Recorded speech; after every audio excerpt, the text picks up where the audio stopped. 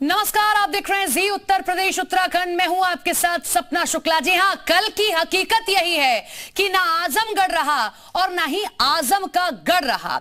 रामपुर और आजमगढ़ लोकसभा उपचुनाव के नतीजे सभी के सामने हैं, जिसने साफ कर दिया है यूपी में भगवा की लहर के आगे सब कुछ बोना दिख रहा है। यह लोकसभा उपचुनाव कई मायनों में खास था, क्योंकि मुकाबला सीधे सीधे समाजवादी पार्टी के सबसे मजबूत गढ़ में था और सपा के गढ़ में बीजेपी ने ऐसी सेंधमारी की है, जिसके बाद अब सवाल खड़ा यही है कि क्या जीत के मायने हैं और क्या समाजवादी पार्टी के लिए हार के मायने हैं। रिपोर्ट देखिए।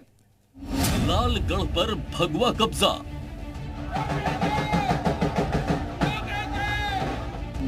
सपा की साइकिल क्यों हुई पंक्चर? कमल ने लोकसभा उपचुनाव में कैसे किया कमाल? समाजवादी गढ़ में भगवा सेंधमारी के मायने क्या? लोकसभा उपचुनाव को लेकर जिस घड़ी का इंतजार था वो आ गई और उपचुनाव के नतीजों से साफ हो गया है कि फिलहाल तो यूपी में बीजेपी की आंधी के आगे टिकना किसी के बूते की बात नहीं है। इस उपचुनाव से ये बात और पुख्ता तौर पर साबित हो चुकी है कि यूपी में जनता के बीच बीजेपी का जनाधार दिन ब दिन मजबूत होता जा रहा है और यही वजह है कि समाजवादी कुनबे के सबसे मजबूत गढ़ रामपुर और आजमगढ़ में भी समाजवादी पार्टी को हार का मुंह देखना पड़ा और यहां पर भगवा लहराकर बीजेपी ने साफ कर दिया है कि 2024 के लिए भी उसकी तैयारी पूरी तरह से मुकम्मल मोड में है। वहीं अब आपको इस उपचुनाव में बीजेपी की जीत के मायने भी समझाते हैं, जिससे आपको इसके बारे में समझने में और आसानी होगी। 2024 की तैयारी में भाजपा को फायदा मिलेगा। बीजेपी पर लोगों का भरोसा बढ़ा है। योगी सरकार की योजनाएं लोगों तक पहुंच रही।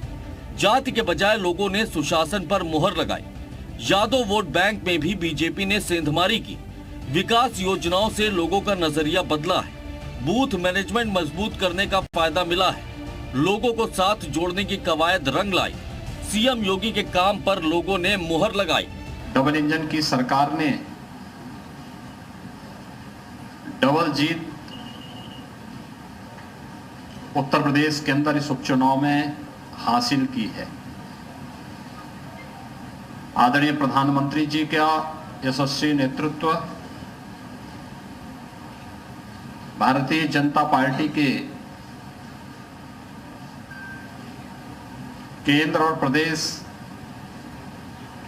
नेतृत्व के साथ ही कार्यकर्ताओं का परिश्रम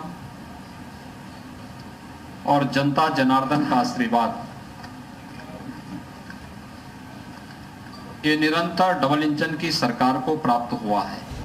बीजेपी के बारे में कहा जाता है कि ये पार्टी साल के 365 दिन और दिन के 24 घंटे इलेक्शन मोड में रहती है। बीजेपी की तैयारी के बारे में अंदाजा इस बात से लगा सकते हैं कि बूथ लेवल की तैयारी में भी पार्टी के बड़े नेता शामिल होते हैं और कार्यकर्ताओं को जीत का मंत्र देते हैं। खास तौर से सूबे के मुखिया योगी आदित्यनाथ का लगातार प्रदेश के लिए काम करना भी बीजेपी की जीत में मददगार साबित हुआ। सीएम योगी की जनसभाओं से आजमगढ़ और रामपुर में बीजेपी की जीत का रास्ता साफ हुआ। बीजेपी की जीत के मायने तो आप समझ गए होंगे, लेकिन अब आपको ये भी बताते हैं कि इस लोकसभा उपचुनाव में समाजवादी पार्टी के हार के मायने क्या हैं। दरअसल आजमगढ़ और रामपुर में हार सपा के लिए बड़ा झटका है। 2024 की तैयारी में सपा के लिए चुनौती बढ़ गई। सपा का MY समीकरण सूबे में कमजोर पड़ रहा।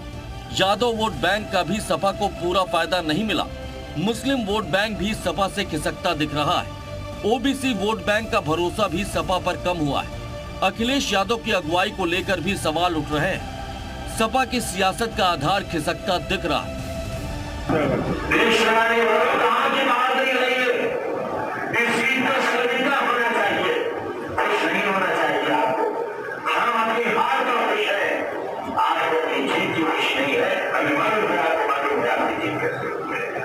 हमारे प्रयासों में अपनी बात को चेहरा नहीं दिख रहा है, सफल नहीं हो रहा है। ठीक है, कोशिश करेंगे 2024 में देखेंगे। भारतीय जनता पार्टी की तरफ से बसपा को आदेश हुआ कि वह मुसलमान लड़ाना है मजबूत, तो फिर गुड्डू जमालू को बुलाया गया ना। जिस तरह से मुसलमानों को जुल्म किया है, वोट डालने नहीं दिया गया है, कमजोरों को, गरीबों को, का हक छीन ले, खत्म करें, उनके वोट का हक खत्म कर दें। इन बातों से एक बात शीशे की तरह साफ हो चुकी है कि बीजेपी को यूपी में चुनौती देना फिलहाल किसी भी पार्टी के बस की बात नहीं दिख रही। आजमगढ़ लोकसभा सीट सपा अध्यक्ष अखिलेश यादव के छोड़ने की वजह से खाली हुई थी, जबकि रामपुर सीट पर आजम खान सांसद थे। जहां अखिलेश यादव पार्टी के सबसे बड़े नेता हैं, तो वहीं आजम खान के सियासी रसूख से भी हर कोई वाकिफ है। बावजूद इसके लोकसभा चुनाव की इन दोनों सीटों पर समाजवादी पार्टी की हार इस बात का पुख्ता सबूत है कि फिलहाल तो यूपी का जनादेश बीजेपी के ही साथ है। ऐसे में 2024 के लिए जहां सपा की राह मुश्किल दिख रही है, तो वहीं बीजेपी की राह और आसान हो गई है। ब्यूरो रिपोर्ट, जी मीडिया।